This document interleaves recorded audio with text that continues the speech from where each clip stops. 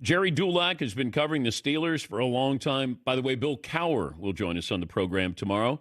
Gerry Dulac covers the Steelers for the Pittsburgh Post-Gazette and the Steelers radio network. If I asked you a month ago, what are the Steelers doing at quarterback, you would have said what?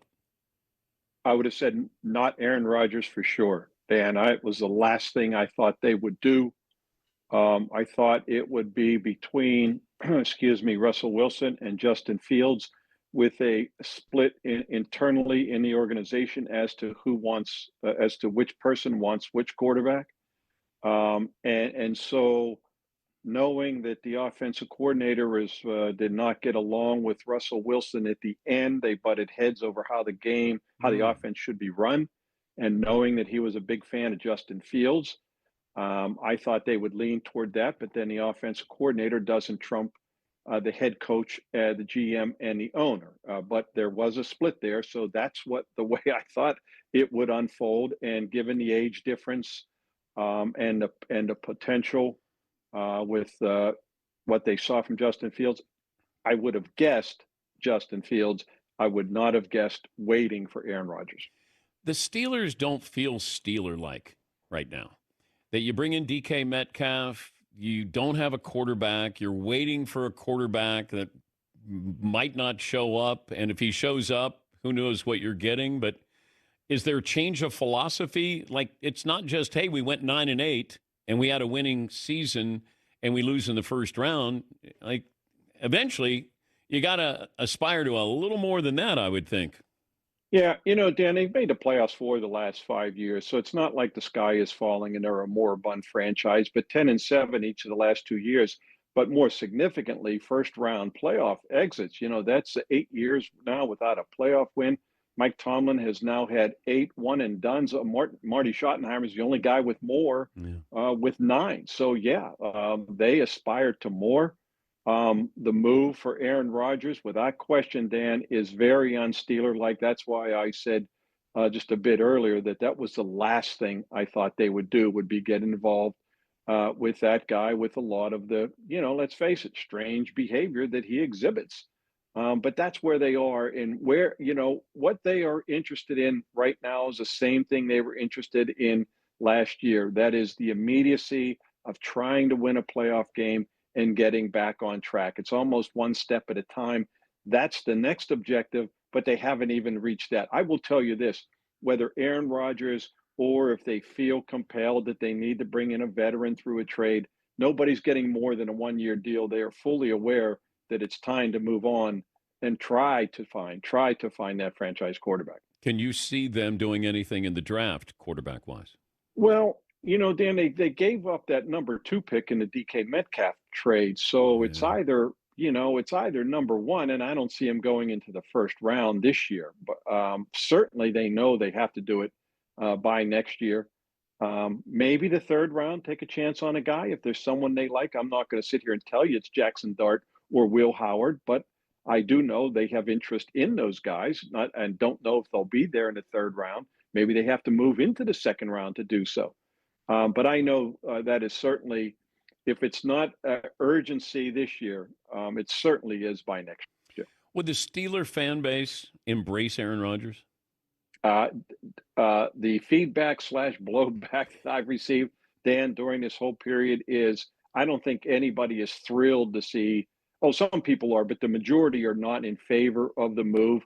Somewhat for what you referenced earlier about it not seeming like the Steeler way. The guy's 42 years old. He won 5 games last year with the Jets, and he had Garrett Wilson, Devontae Adams, Alan Lazard.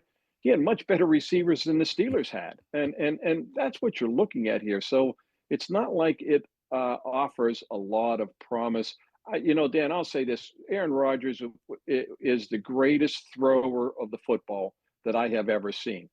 But he's 42, and, let's face it, I think he's putting out on the 18th green if he isn't already finished with his round, professionally speaking. He's Gerry Dulac. He covers the Steelers for the Pittsburgh Post-Gazette, Steelers radio network. Handicap the rest of the division here.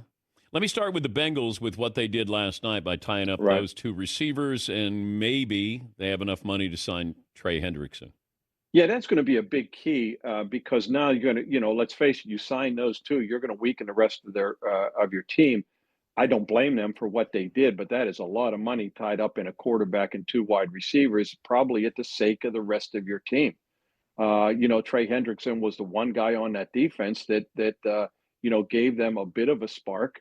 But if you can't sign him, and if they do, now you're really hamstrung with how much money you have left.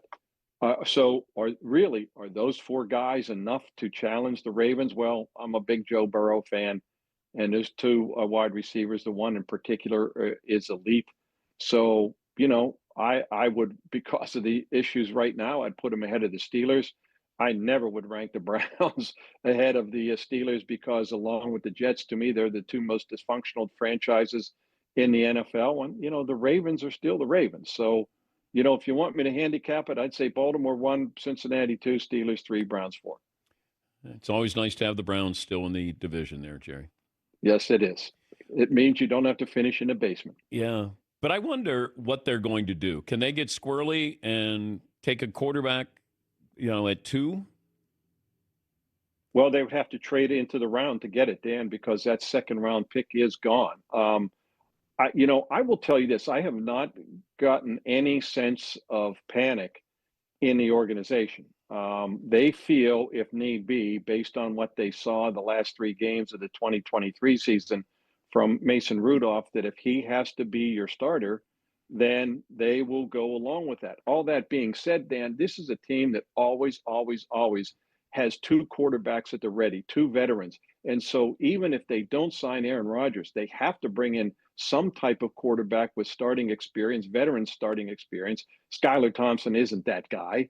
And so either way, even if it is going to be Mason Rudolph, and even if they draft a quarterback, they still want to have a veteran either as the second quarterback or the third quarterback. Do you think Russell Wilson is still a starter in this league? Let me say this. He is still an option for the Steelers, but not a solid one, Dan, because he's down the totem pole. Because if he was any type of option that they seriously considered, I think they would have made that move by now.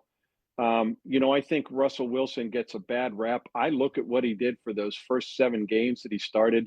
This offense averaged nearly 29 points a game, and it finally looked like a unit that was capable of bailing out the defense, which is exactly what he did in that game in Cincinnati when he put up 44 points. The Bengals scored 38, and he threw for 414 and actually outdueled Joe Burrow. It was from that point on, strangely enough, where I think the headbutting began with the coordinator, and we know what happened. I'm not saying that's the reason, but they lost their last 5 games. So I think Russell Wilson can be an effective starter, but he's certainly not a guy who I think in the short term, but I don't think you're going to bring him in and think he's going to be your quarterback for the next 2 or 3 years. Can Mike Tomlin survive another 10-7 first round exit? Or, sometimes both sides say, maybe, we've gone as far as we could go. I don't know. The Steelers don't fire coaches, but can he survive that scenario? I think he could survive another 10-7. I think he could survive 9-8. They gave him a 3-year extension. He's good through 2027. And Wow. I've always gotten a sense, Dan, that it's up to Mike Tomlin if and when he feels maybe I've had enough. All this, none of this debate is about whether Mike Tomlin is a good coach. We know that. It's about how much longer are you going to continue to watch the same thing before you think, hey, you know what, maybe we just need a change. And it's no reflection on whether Mike Tomlin is a good coach or not. Great to talk to you as always. Thank you, Jerry. Yeah, Dan, you got it. Good being with you, man. That's Gerry Dulac.